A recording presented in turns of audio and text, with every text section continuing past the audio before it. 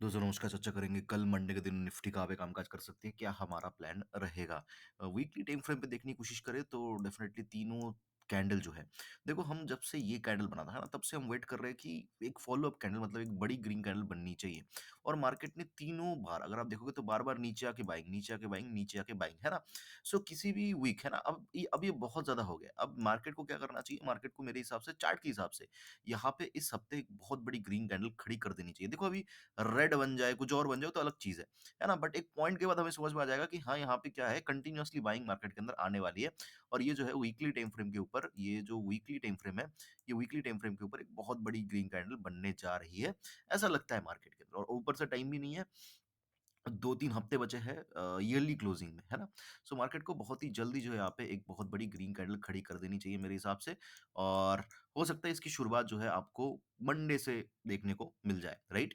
Okay, सो ये तो पहली चीज़ होगी। दूसरी चीज़ अगर मैं डेली टाइम फ्रेम पे जाऊँ तो डेली टाइम फ्रेम में आपको दिखेगा कि मार्केट क्या कर रही है।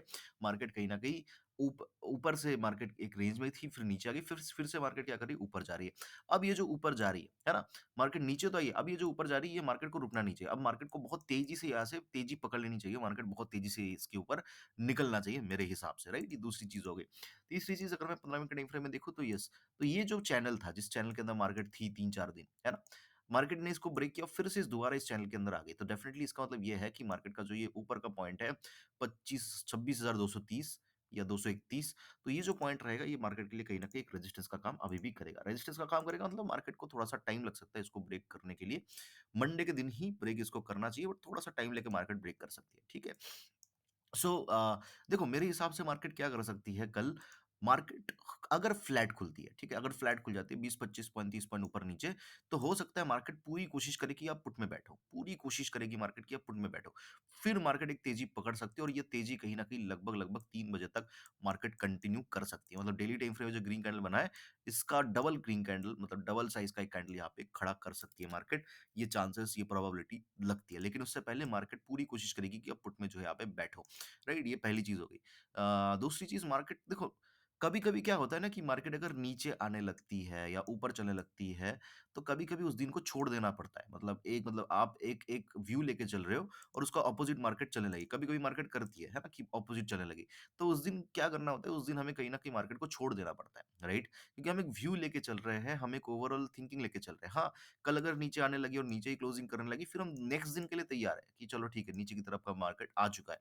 लेकिन जब मार्केट अपोज़िट चल रही है तो उस दिन छोड़ देना पड़ता है। तो पुट के लिए कोई भी सिंगल ट्रेड पुट के लिए मैं नहीं देख रहा यहाँ पे मार्केट के अंदर।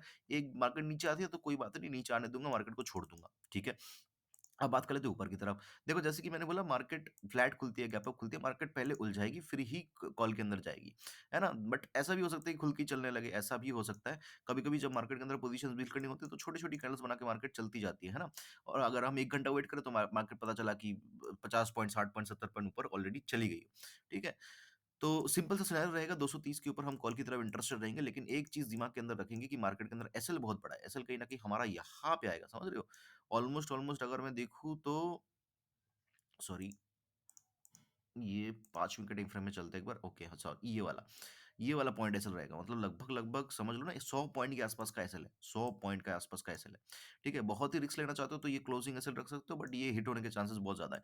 तो हमें कहीं न कहीं इस कैंडल के नीचे लगाना पड़ेगा। ये जो लंबा डंडी वाला कैंडल दिख रहा है आपको, इसके नीचे एसएल लगाना पड़ेगा। तो लगभग 100 पॉइंट का एसएल है, तो हम बहुत बड़ी क्वांटिटी में नहीं जाएँगे, है ना?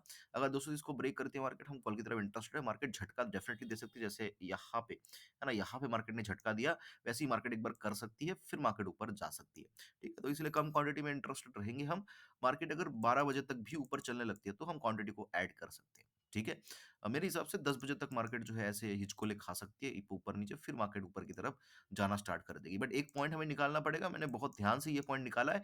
आई होप कि मार्केट इसको ब्रेक करके दोबारा नीचे नहीं आना चाहिए। मतलब ऐसा नहीं होगा कि मार्केट इसको ब्रेक कर देगी, ऐसा कम लगता है कि ऐसे करेगी। मार्केट को अगर ये हिचकोले देना ही है, तो इसी पॉइंट के नीचे-नीचे ही मार्केट हिचकोले देके इसको ब्रेक करके ऊपर जाएगी। बट बाई एनी चांस अगर मार्केट 230 को ब्रेक करने के बाद भी हिचकोले देती है, इसीलिए कम क्वांटिटी में ट्रेड करेंगे।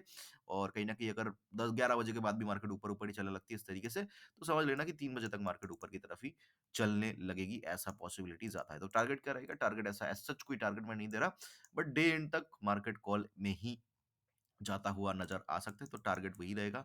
जिस दिन हमें लगता है कि मार्केट जो है एक बड़ी ग्रीन कैंडल खड़ी कर सकती है, तो टारगेट 3 पीएम का ही हमेशा रहता है। या मान लो ती आज आजकल तो 3 बजे भी मूव आ जाता है, तो साढ़े 3 बजे तक का ही टारगेट जो है यहाँ पे हो सकता है मार्केट के अंदर, इसकी पॉसिबिलिटी है।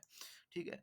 और अगर मैं डेली टाइम फ्रेम पे चलूँ और समझने की कोशिश करूँ किस तरीके की कैंडल मार्केट खड़ी कर सकती है, तो इसको रिमूव कर देते हैं। तो मेरे हिसाब से इन पॉइंट्स को, इन हाइज़ को जिसको मार्केट इतने दिन तक एक रिस्पेक्ट कर रही थी, इसको मार्केट एक झटके में ही तोड़ देना चाहिए कल के दिन और यहाँ पे बहुत बड़ी ग्रीन कैंडल मार्केट खड़ी कर सकती है, मार्केट कैपेबल है, राइट? सो एक्सपेक्टेशन सही है कि मार्केट यहाँ पे एक ग्रीन कैंडल खड़ी करेगी और ये जो रेजिस्टेंस है, ये रेजिस्टेंस भी मार्केट कल के दिन तोड़ती हुई हमें नज़र आ सकती है। एक ही बार में दोनों चीज़ें मार्केट यहाँ पे करती हुई नज़र आ सकती है। तो ये पॉसिबिलिटी लेके हम चलेंगे मार्केट के अंदर। अगर नीचे गिरती है मार्केट, ठीक है, कोई बात नहीं, हम गलत हो जाएँगे, ट्रेड तो हमारा बनेगा नहीं नीचे की तरफ। ट्रेड तो 230 के सॉरी, तो हाँ, 230 के ऊपर ही बनेगा। तो नीचे की तरफ अगर बन जाती है ऐसी कोई कैंडल, है ना? तो बन जाए कोई बात नहीं, नेक्स्ट दिन ट्रेड कर लेंगे, राइट? कल हम बस इसी कैंडल के लिए ट्रेड को इनिशिएट करेंगे निफ्टी के अंदर। आई होप कि वीडियो आपको अच्छा लगा होगा। चलो तो लाइक कर देना, कमेंट कर देना। मुझे सुनने के लिए आपका बहुत-बहुत धन्यवाद।